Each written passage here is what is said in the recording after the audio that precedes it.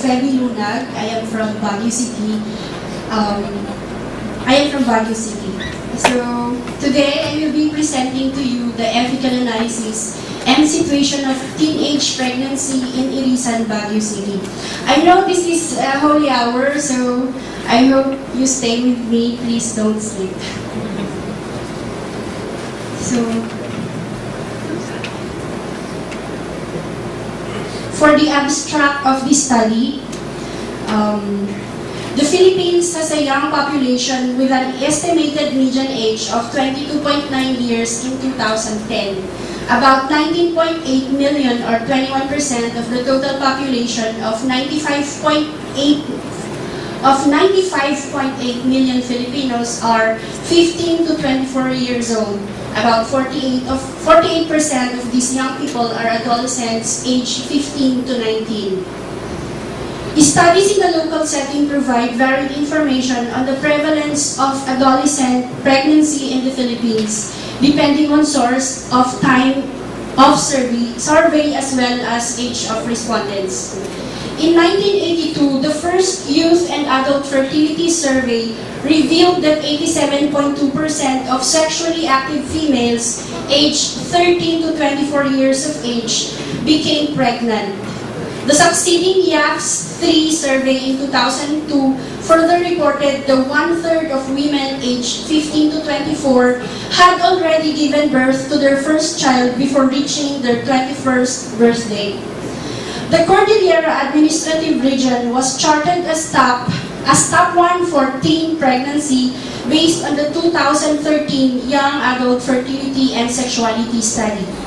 In the YAS survey, the region registered 18.4% for teen fertility, making the Cordillera number 1 in all other regions, prompting alarm bells to be raised by both private as well as government-like agencies.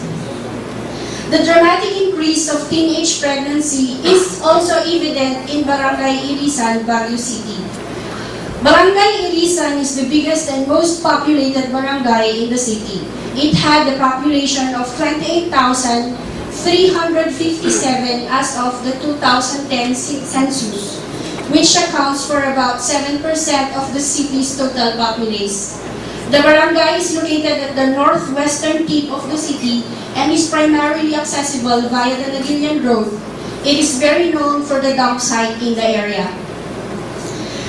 The Philippines is signatory to numerous international agreements related to women in general, with some implications for teenage pregnancy.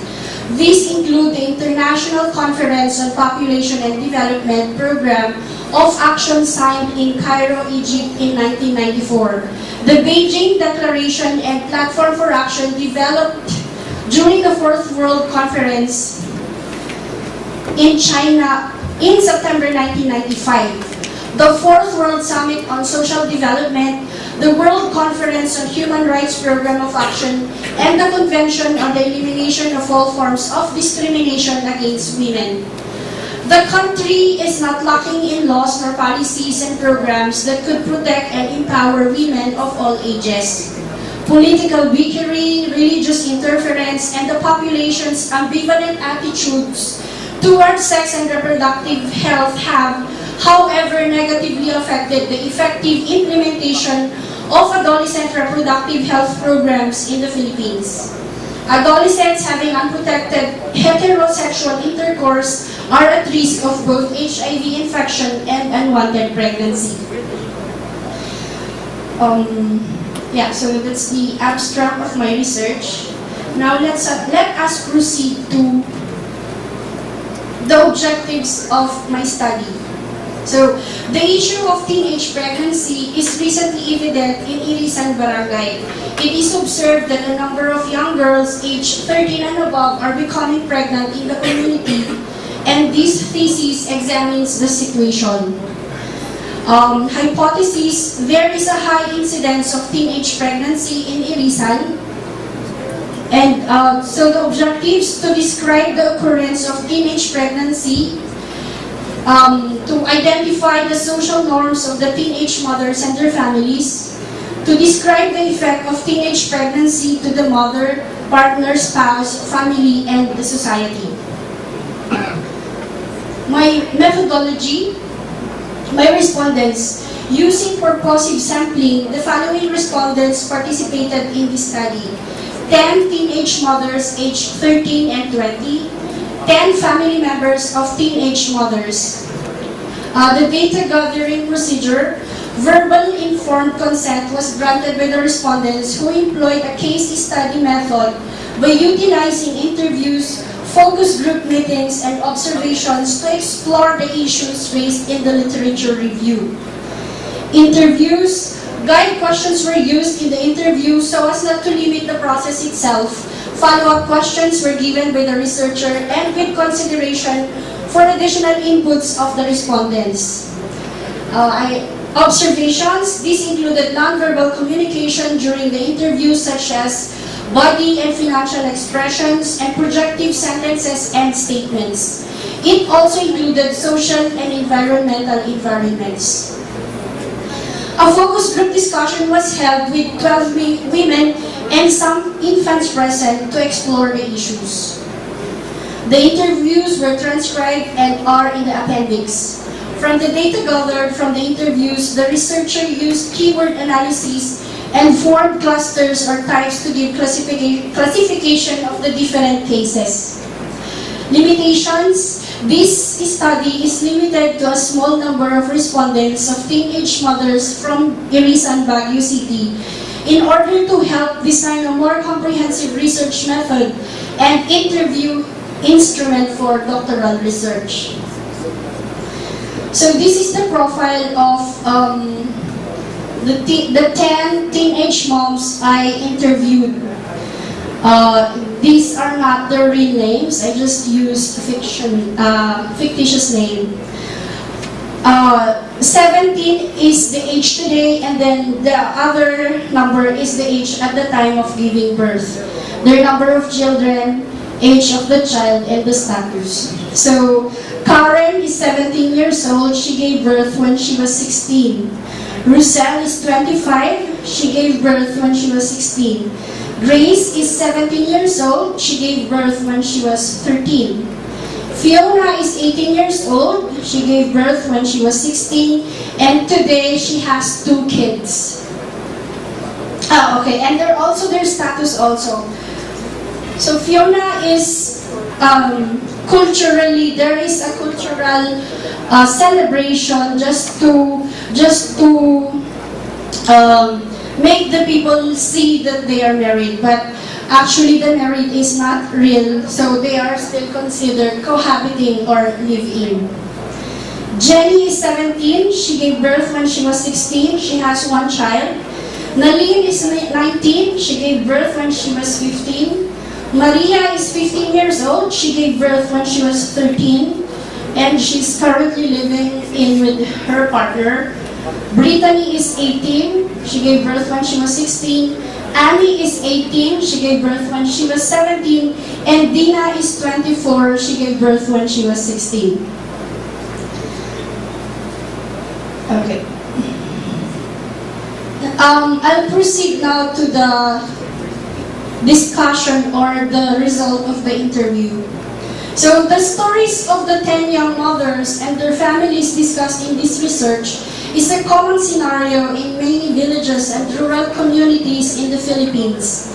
Several factors has led to teenage pregnancies such as poverty and lack of awareness on the impact of early marriage. The recent Young Adult Fertility and Sexuality Study reports that in the Philippines, the number of teenage girls who have become pregnant across the nation has more than doubled in 10 years. Around 14% of girls aged 15 to 19 are either pregnant for the first time or are already mothers. That is from about 6% recorded by an earlier YAF study in 2002. Furthermore, YAF study reveals that 1 in 3 young teenagers between the ages of 15 and 24 are sexually active. The Youth Study Coordinator and Director of the University of the Philippines Population Institute, Josefina Natividad, says the lack of awareness of the consequences of risky sexual behavior is contributing to the rising rates of teenage pregnancies. The study, titled Predictions and Timing of Early Childbearing in the Cordillera, reveals that the Cordillera Administrative Region in the Philippines has the highest proportion of young women aged 15 to 19 who have begun childbearing at 18.4%, much higher than the national rate of 13.6%. Childbearing is defined as having given birth before reaching the age of 20. Results of the study indicate that the proportion that had a birth before 24 is higher among non-Cordilleran, rural resident, and young women who were not raised by both parents compared with their respective counterparts. Furthermore, the National Economic and Development Authority Cordillera Administrative Region elaborates in their article entitled Clear Set Standards at Home Reduces Early Teenage Pregnancy Risks. That in terms of exposure to the risk associated with early childbearing before 20 is higher among non-Cordillerans, with a sudden increase at age 19, and it is mostly accounted for by births at age 18 and 19. However, in terms of exposure to the risk associated with early childbearing, the Cordillera women may be more at risk because they started childbearing earlier, having recorded the youngest to be 13 years old. The study summarized that among 20 to 24 years old, 24-year-old women in CAR, 25% or 1 in 4 had a birth before the age of 20 or were teenage mothers. The risk of early childbearing is not affected by urban-rural residence, poverty status, ethnicity, or being raised by both parents. All are equally at risk. Having a college education significantly decreases the risk of early childbearing. The timing of early childbearing shows that most teenage births happen in the late teen years at age of 17, 18, and 19. The research also recommended that intervention should be age and gender specific, noting that the reception of 13 years old varies from the reception of 19 years old. I also looked into the influences that move teenage girls to premarital sex. There are significant circumstances that affect young women's decision to engage to teenage sex. How they respond to various issues in their lives are usually based on their acquired and learned behaviors from their parents and the community where they are raised. With the alarming increase of young women becoming mothers at early age, it is crucial to discuss factors and influences for premarital or teenage sex, as this may lead us to answers on the increasing rate of teenage motherhood. Relationship of parents with adolescent children. How parents relate or connect to their daughters plays a huge role to young girls. It is evident in this research that there is lack of parental openness to topics related to sex. It is observed among Cordilleran parents that they are not comfortable in discussing about sexual intercourse, masturbation, STD, pubic hair, and etc. For example, when a child asks her parents about sexual intercourse, the common response among parents is to tell the child that she or he will understand it when he comes to age. For some parents, they scold their children for asking a question which they believe is promiscuous. Saul Gordon discussed in his book titled Raising a Child Responsible in Sexually Permissive World, says that parents need to provide moral guidelines. Given the fact that many adolescents engage in sex without their parents' consent, adults can try to ensure that these encounters are not disastrous. Standards of behavior are good for adolescents as well as for adults. Hence, it is important for parents to learn to develop healthy attitudes about sex. Well-informed and confident parents who openly discuss these topics to their children may lead to sexually healthy lives of their daughters and may even help in preventing teenage sex. The values, ethics, and principles of a child are developed in the family. Parental connectivity is important because the parents are the main actors in every family. The guardian and enforcers of family values. The parents' role in guiding and advising the female adolescent in making important decisions may be a strong influence for either teenage marriage or another alternative. The adolescent also needs to anchor her life on her family, particularly her parents. Mother-daughter relationship.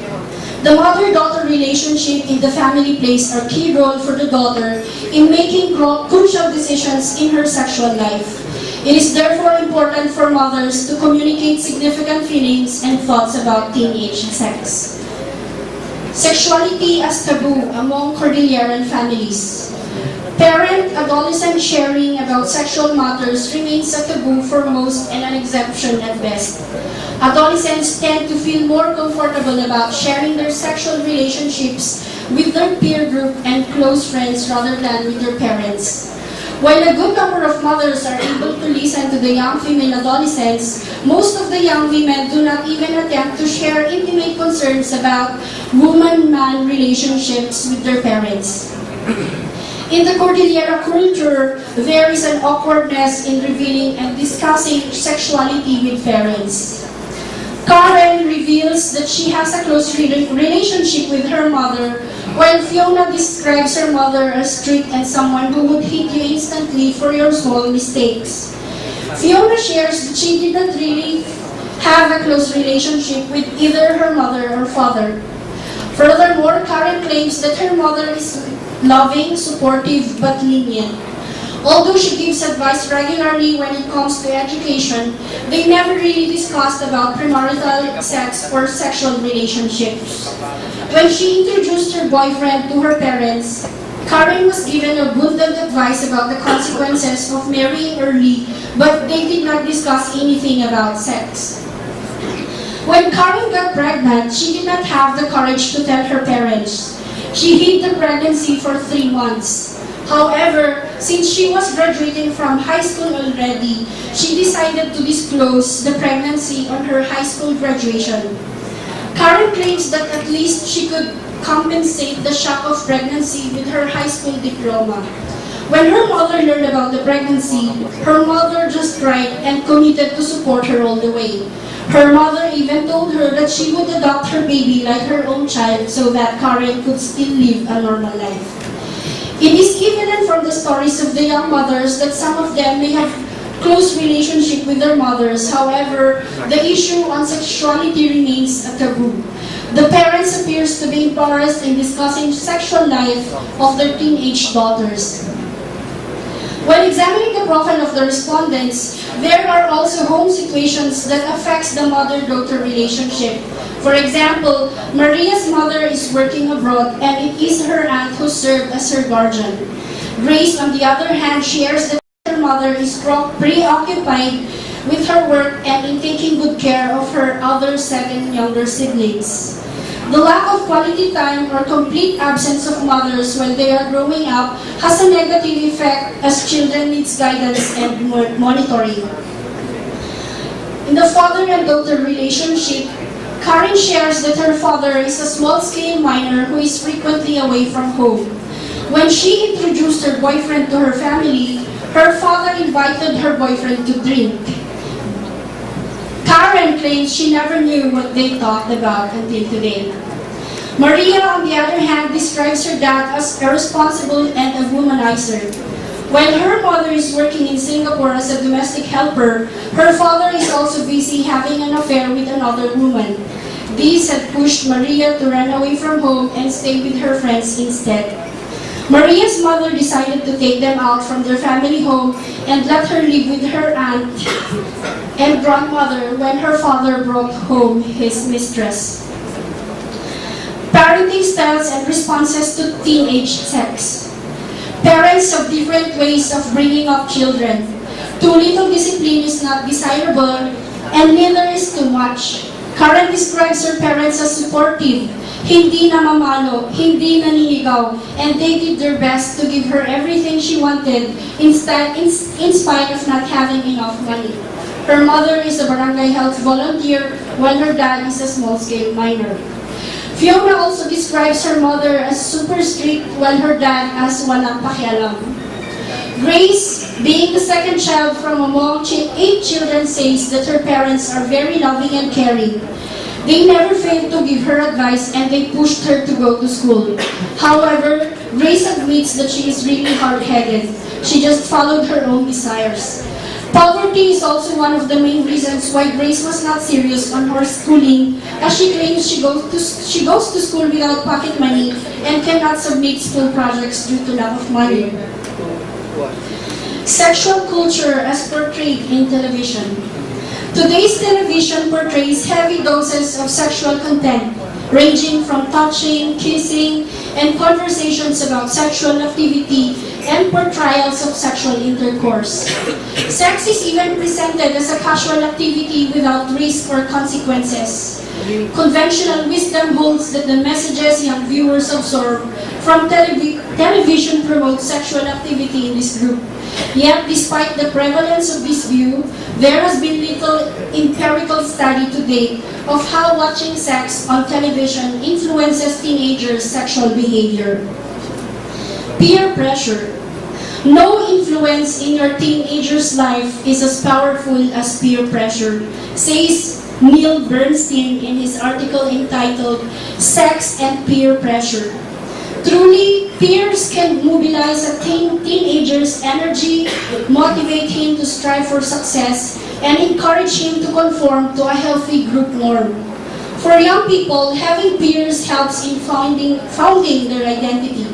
However, peer pressure can impair good judgment and fuel risk-taking behavior, drawing a child away from the family and positive influences and luring them into dangerous activities such as premarital sex. Karen shares that when she entered into premarital sex for the first time, her friends congratulated her for the new milestone. Losing one's virginity is a well-celebrated event among her peers. However, this was not mentioned by other persons. Likewise, Mina was highly advised by her single mother about the difficulties of being a single mother. She experienced the difficulties of teenage marriage herself, as she is an illegitimate child raised by a single mom. However, because of peers, she still got pregnant and repeated the past mistake of her mother. Drinking and sex. Young people are likely to have unprotected sex when drunk. Karen shares that she was drunk during her first sexual intercourse. Alcohol is associated with having sex at a young age, having unplanned sex, and having unprotected sex. Certainly, when drinking gets out of hand, inhibitions are lowered and anything can happen, and that includes an unplanned sex and unwanted pregnancy. Social media and teenage sex. The birth of social media has also opened doors to limitless access to sex culture. Movie videos, movies, reality shows, beer ads, and online pornography. Sex is everywhere. The more sexual content kids watch and listen to, the earlier they're likely to have sex themselves. Certainly, it is alarming that social media has a free source of information about sex, dating, and sexual health. Okay, I will proceed now to the conclusion and recommendations. So, there are several research findings on adolescent sexuality based on the stories gathered from the previous chapter. These findings suggest the influences that drives women to teenage sex and the impact of teenage motherhood and teenage marriage. These are listed below. First is poverty. Poverty is a reality in the lives of the young women respondents in the study. Baguio City is a highly urbanized community that makes them more vulnerable to community pressure.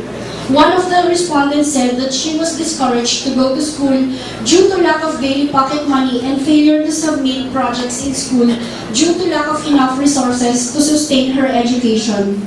The respondents are lured into the idea that marriage is the answer to escape poverty at home. However, the situation led them more into the vicious cycle of poverty. Two of the respondents are on their own, building their own family and rearing their children without support from their parents. Traditional practice. To save the young woman's honor, marriage offers a way out of the kahihiyan or the embarrassment of a non-wed pregnant young woman. Two of the respondents were married by their parents following a traditional practice, although they were not in their legal age yet. Marriage law in the Philippines is governed by Executive Order Number 209, the Family Code of the Philippines. Legal capacity of the contracting parties who must be a male and a female, aged 18 years or above. However, the traditional practice which was agreed by both families of the young couple has become their permit to live together as husband and wife. Culture prescribes the practice when certain values become so deeply entrenching, becoming the basis for a community response. The community pressure to act in a certain way may be expressed as an approval or censure of teenage and pregnancy. Gadget era. Today's modern age has opened limitless access to sex culture. Everyone, young and old, can have access to the internet, which provide a rich source of information. For drinking and sex, like I mentioned a while back, young people are likely to have unprotected sex when drunk.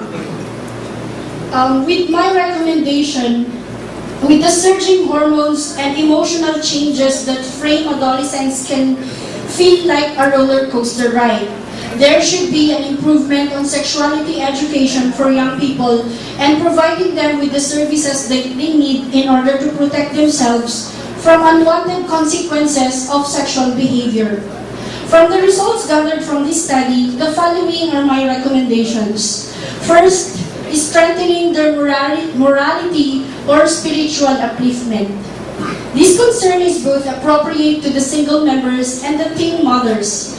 Since the singles are also vulnerable to bad influences or temptation, and the teen mothers for further pregnancy, they need to be reminded of making moral decisions, self-restraint, self-preservation, and other good manners and conduct.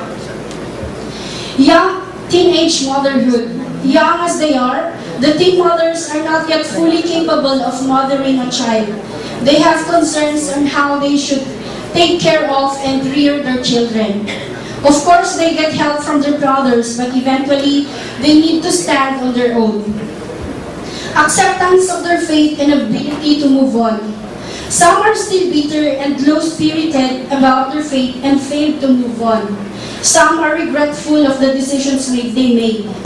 With this, they need a little push or boosting to accept whatever situation they are in and lead life as normal as possible. Family planning. Since some of the teen mothers are already cohabiting with their boyfriends, most likely they will get pregnant again.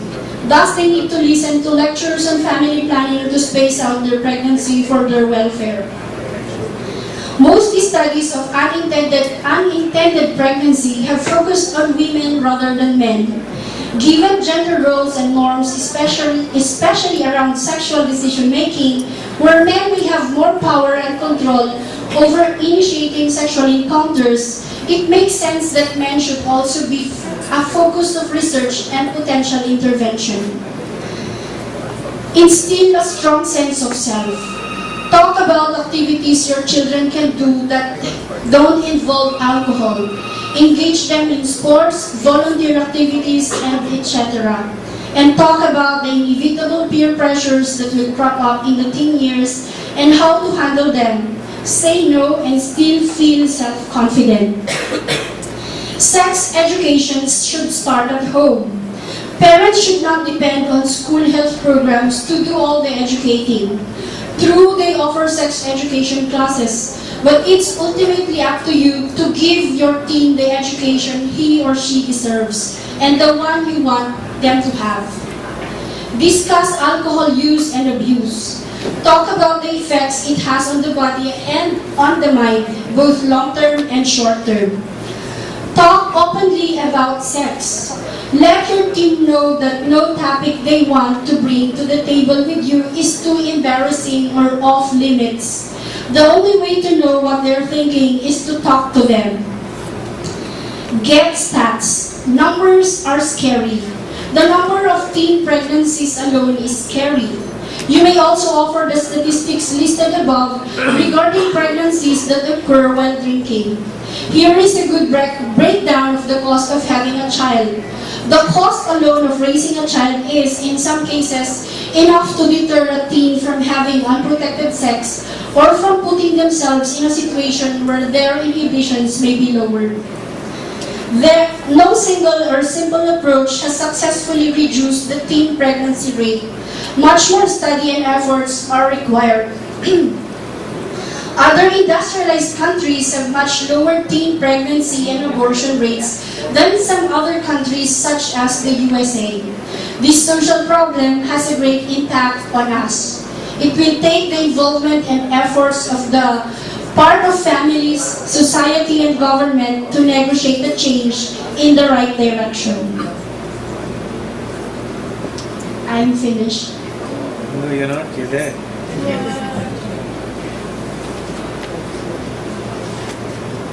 Okay, thank you very much. You ask if people have any questions.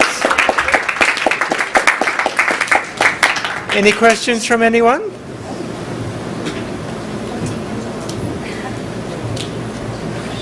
Do we have a young mother or young father here?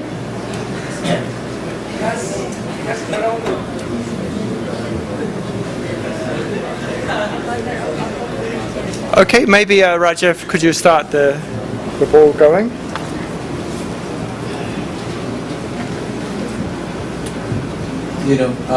Though this research which you've done is very commendable, but the topic is damn sensitive. The kind of statistics you have provided is very scary. And you have structured your thesis very well, right from chapter 1 to 2. What I'm looking out for more, and which you can update us even now, is that did you meet any kind of respondents who were teenage mothers? And did you see what kind of hardship do they face? And how was their life? That's one part of it. And what kind of learnings your research can bring out, which can be a lesson for other teenage girls. That's one part of it. I'm happy that you have said in your recommendation that this kind of research should be extended to the male population also, because I had a question here that who is responsible for this actually? So you have already said that the male population there, but now do my society in Philippines actually communicate, educate the male population equally and make them responsible for such challenges which they can face? So how are we educating both the sexes? That's one part of it. This research in fact is one where I see that the teenagers need some kind of education programs much in advance, because the kind of information you have talked about through gadgets and social media, we cannot stop it. So it's just flowing.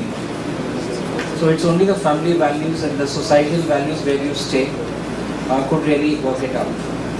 And finally, the last part is that do families in Philippines believe that marrying the girl child is the way of coming out of poverty? It should not be the case, because she will have another life problems and they have not seen it. And last fundamental thing is that how do we communicate to a girl child as well as to the male child that the age between 15 and 25 is to experience the world and build the future. And this could definitely wait to be done at an opportune time. I hope I've asked too many questions at the same time. So you're not going to be finished quickly. Please. Thank you, Professor, for your recommendation and question. Firstly, you mentioned if I have seen and met the families of these teenage mothers. So, as I mentioned during the first day of this training, I am a development worker. And during the first 5 years of my development work, I was assigned in Irisan, Baguio City. So, I directly worked with the mothers, and when we were doing community organizing, livelihood trainings and all, the children were playing around. They were playing in the background. And after 5 years, I was shocked that these children are now mothers. So most of them, majority of them, were the children of the women I have organized before.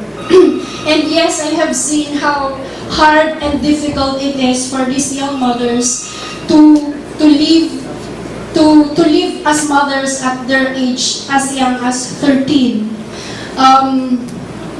Based from the interviews and observations I did, I witnessed how the 13-year-old, the youngest mother, would literally knock on her aunt's house to ask for rice because her mother and father decided to marry them. So they are now a couple. They provided a small room where they can start and build their family. And of course, a 13-year-old with a teenager partner cannot provide nor raise a child well. Your question is, your second question is, what kind of learnings can I get from this research?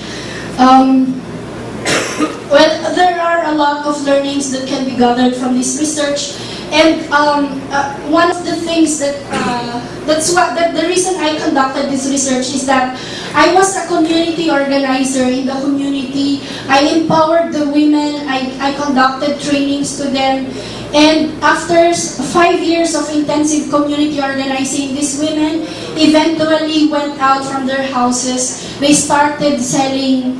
They started selling fishball, and before they were just at home, they started working as a barangay health worker. And yes, the intangible result of community organizing is, let's say, a little bit successful. However, we miss the children. We miss to include the children, the husband into the community organizing. So the learnings maybe community organizing should be holistic, and the approach should be family approach, so that we don't just empower the women and leave the husbands and children behind. Okay. And your other question is, how come that the way out for teenage pregnancy is marriage? Philippines is a Catholic country, and it's already 2016 today.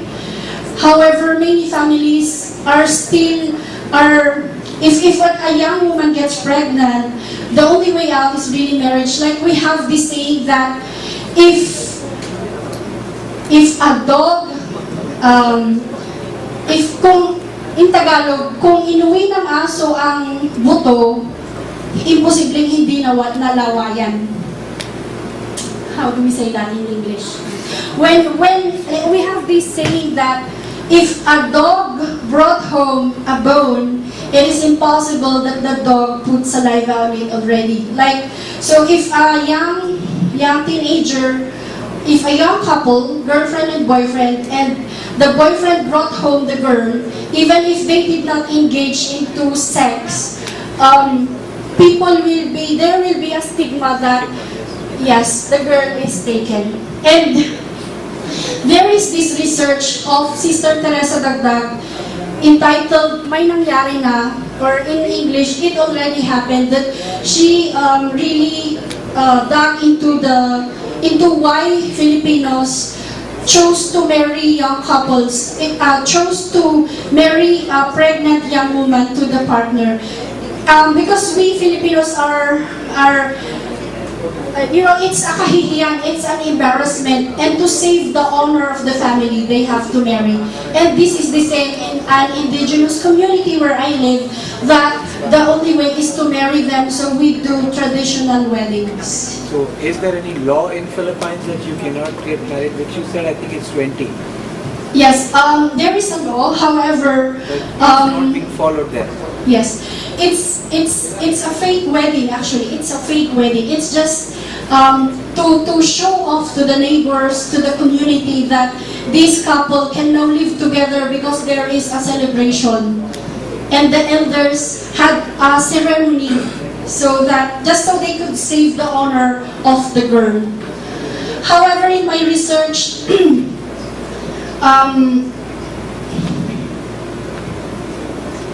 In the profile of my, some of them chose to be single mothers. They did not opted to marry their partner. But however, here, the reason why the woman is single mother is because the partner did not take responsibility of the child, like he escaped. And any punishable law is there for such? We have an Indigenous Peoples' Rights Act that accepts cultural weddings. However, it should follow a certain age, like 18. However, it's being practiced. It is still a practice in our community that when this teenager got pregnant, one option is to marry them. Yeah, but if someone doesn't accept, are there any kind of punishable law in the country? None yet. Not None. even for the male population. None. Who are Because, not taking responsibility. yes. I think that's another matter of research then, to do it. Yes, Professor. Angelica, ma'am. Yeah.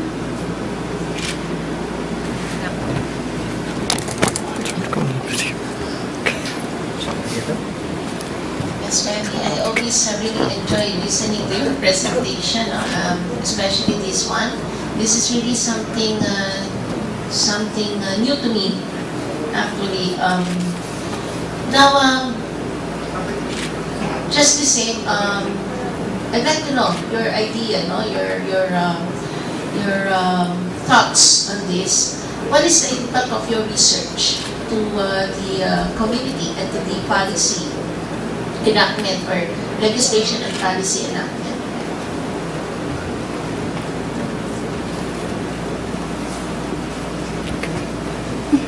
Thank you, Ma'am Angelica.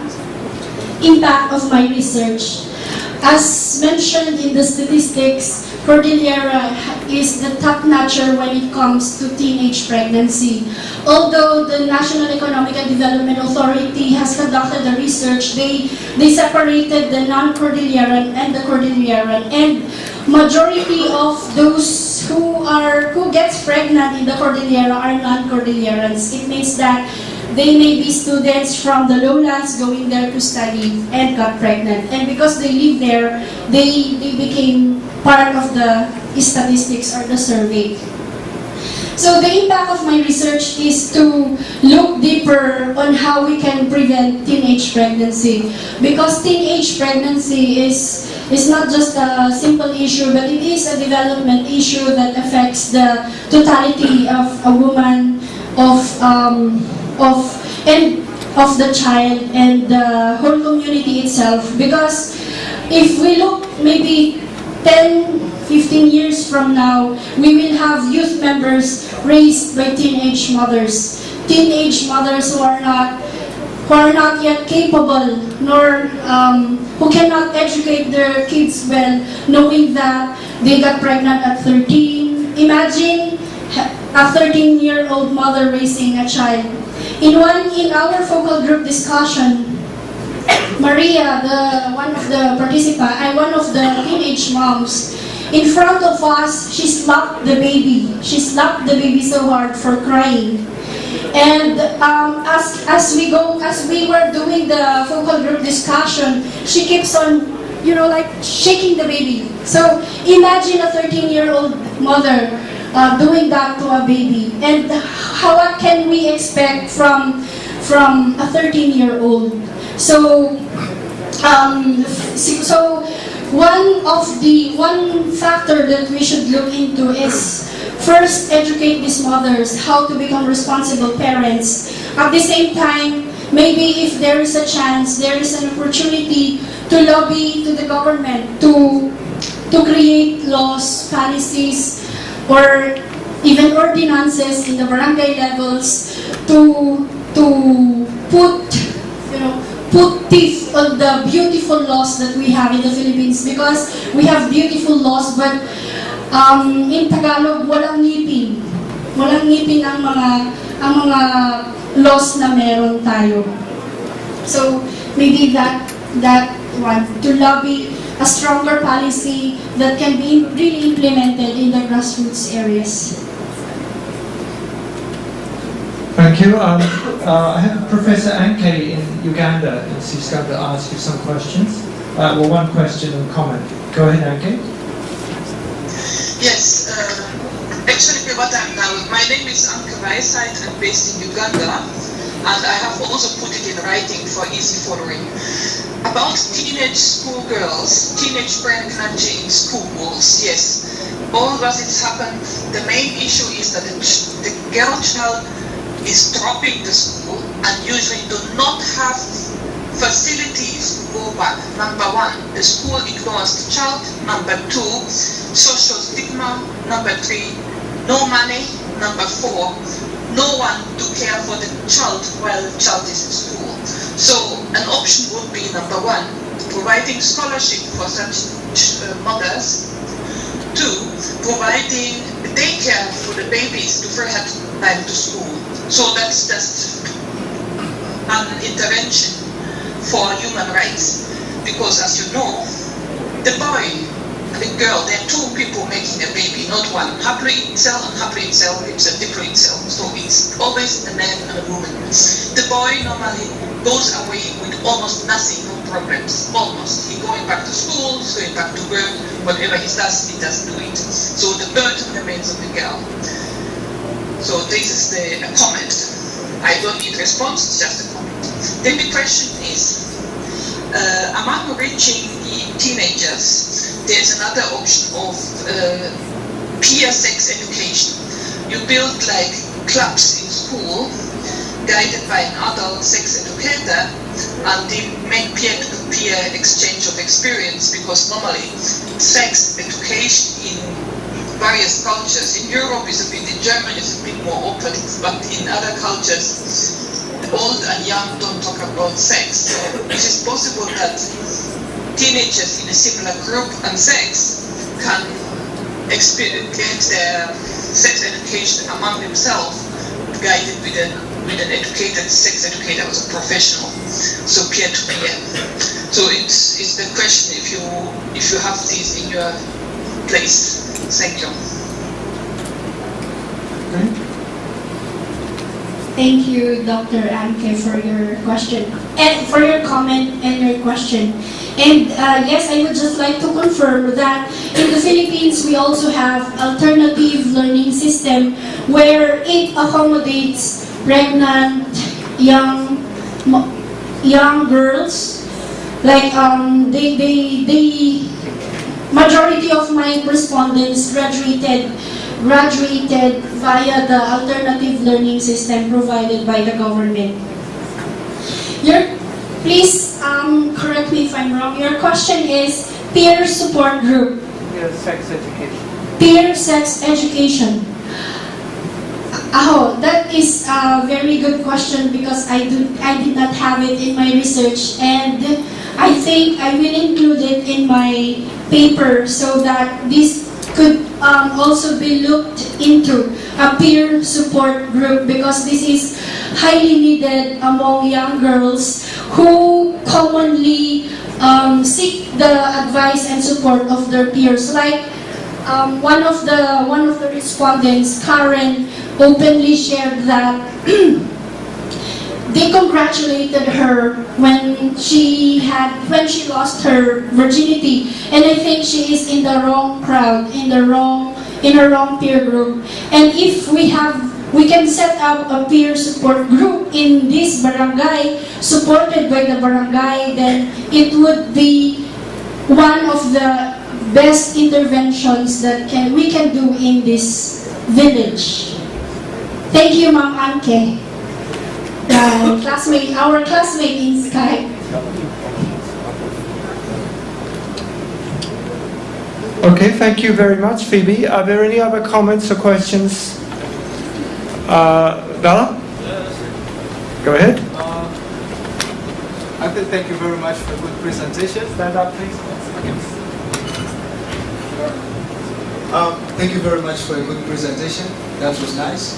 But I wanted to ask you, instead of asking the government, let me use the expression that you used, to put some teeth on the laws. Don't you think that also we should ask the government to be strict on the media, such as the movie which are produced? Because you say that the media is also one of the way which influence like teenagers, right? To sexual activities, and I can confirm that. Don't you also think that because we cannot only ask them to put this on children which are just being affected by what they are seeing in the movies? Don't you think that the government also should take some measures, like some movies don't have to be like displayed, or some station or some stuff don't like related to sexual activities don't have to be displayed?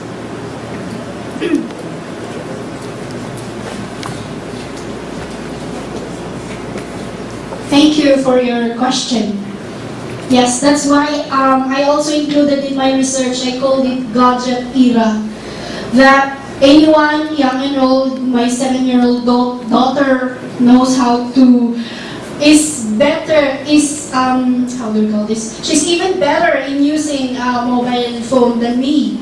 And when it comes to social media, yes, you are right. Maybe we could start making laws or certain measures so that children cannot have this access. However, with today's technology, just like the report, just like the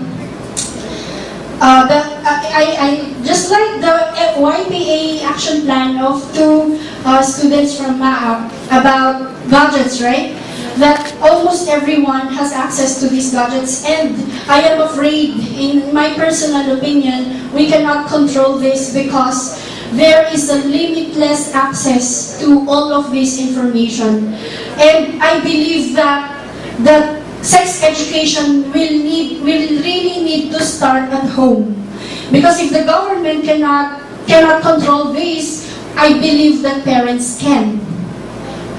Parents should put certain measures that they should not allow children to just use the computer. There should be monitoring, like at home the computer should be placed in the living room and not in the bedroom, just so there's control. There's a sense of control or guidance. So maybe one thing that we can do is to do information, education campaign to parents about the use of the internet. Okay, well, thank you very much, Phoebe, for the presentation and for the thesis. I think the consensus is a good job. Congratulations. Thank you. And a few suggestions were made. Your recommendations had a bit more meat than the other ones, so that's good. It was one of the comments that Rajiv made to the other presentations, is to have a bit stronger recommendations. You have also some good analysis there, and a bit more references will be added. And a lot of subject matter to follow up for your PhD work. But first, some revisions on that. So thank you very much. Thank you. Thank you for answering the questions.